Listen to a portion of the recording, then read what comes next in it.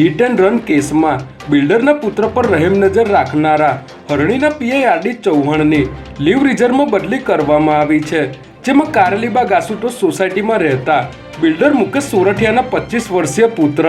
પિનાકે પૂરપાટ ઝડપે BMW car ચલાવી 73 વર્ષીય વૃદ્ધને અડફેટે લેતા તેમનું મોત નીપજ્યું હતું। ત્યારે આ ગંભીર બનાવમાં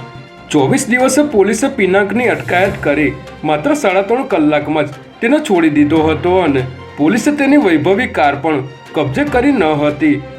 જેથી પોલીસ કમિશનર નરસિંહા કુમારે હરણી પોલીસ સ્ટેશનના પીઆઈ આરડી ચૌહાણની લીવ રિઝર્વમાં બદલી કરી છે।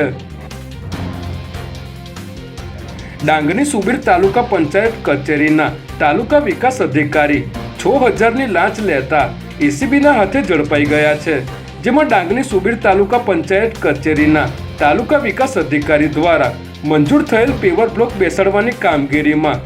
કરવામાં આવેલ કામગીરીની MB બુક તેમજ બિલમાં સહી કરવા બદલ તાલુકા વિકાસ અધિકારી મહેન્દ્ર હાથીવાલાએ 6000ની લાંચ માંગી હતી, જેથી ફરિયાદીએ એસીબીનો સંપર્ક કરી ફરિયાદ આપતા વલસાડ એસીબીની ટીમે છટકું ગોઠવી મહેન્દ્ર હાથીવાલાને લાંચની રકમ સ્વીકારતા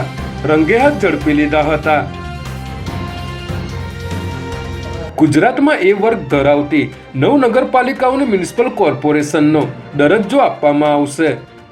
જેમાં રાજ્ય સરકાર 25મી ડિસેમ્બરે સુશાસન દિવસ ઉજવવા જઈ રહી છે। ત્યારે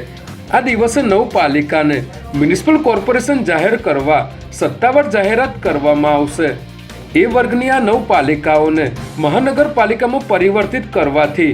જે તે ભૌગોલિક વિસ્તારમાં વિકાસ થશે અને